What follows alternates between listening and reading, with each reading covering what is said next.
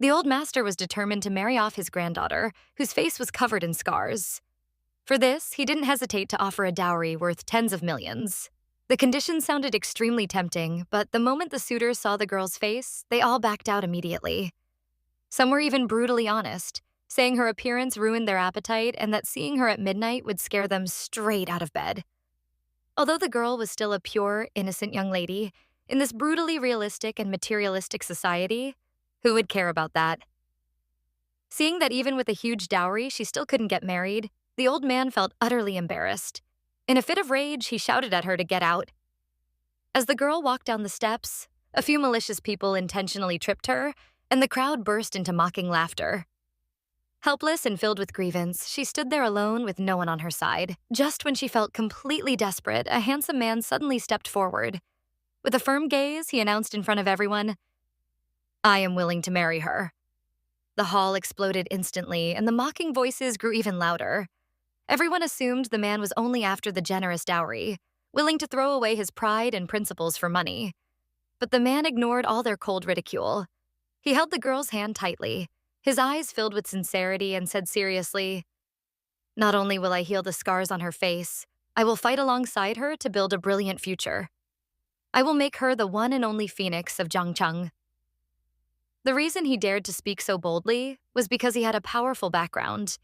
He was the legendary god of war, with supreme authority, endless wealth, and exceptional medical skills. Terrified that he might change his mind, the old master hurried over to confirm. Without hesitation, the man said firmly, "In this lifetime, I will marry no one but her." Seeing this, the old master immediately declared that from this moment on, his granddaughter Liuer was legally this man's wife. Then he brought them into the study and took out a share transfer contract, demanding that the girl transfer the company's shares to her younger sister. The girl refused, saying the company was something she built from scratch with countless sleepless nights and efforts. The old man grew furious, threatening that if she didn't sign, she could leave the Liu family forever and all ties would be severed. Just as the girl hesitated, thinking of signing, the man grabbed the contract and tore it into pieces. With fire in his eyes, he growled, "Anyone who has bullied Liuer will pay the price." Then he pulled her away. As they stepped into the lobby of the show villa, the manager looked at them with disgust and said, "We don't sell villas to people like you. Everyone who lives here is someone important in Zhangcheng. Your wife's scarred face will scare the residents and lower the value of this community. Tell your boss to get over here," the man said. When the boss arrived and saw the woman's face, he nearly threw up his breakfast. He said firmly, "Absolutely not. We will never sell this villa to you."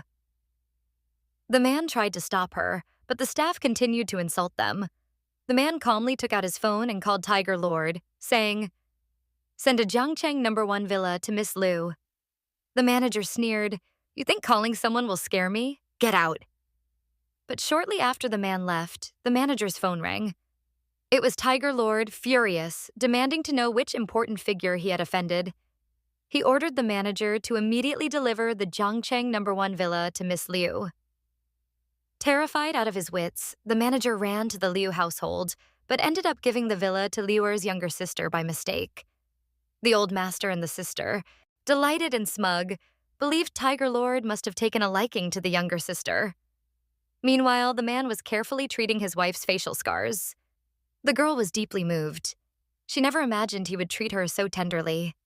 Even if her scars could never fully heal, she felt she would have no regrets in this life. "Don't worry," the man said.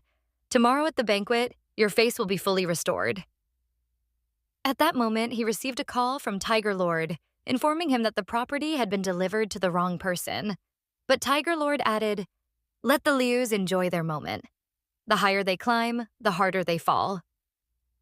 The next day, the Liu family arrived at the banquet in full glamour. All three major families of Zhangcheng were present.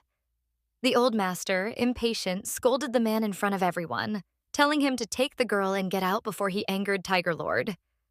"You think Tiger Lord would dare make me take responsibility?" And throw him out. Just then, Tiger Lord made his grand entrance. With a powerful gaze, he swept across the hall and announced two major matters. First, the new head of the Four Seas Group will be Liu Yun. Second, all cooperation with the three major families is canceled. The entire room was stunned. How could such an important position be given to a scarred, ugly girl like Liu Yunner? Everyone was in disbelief. Then the veil slowly fell.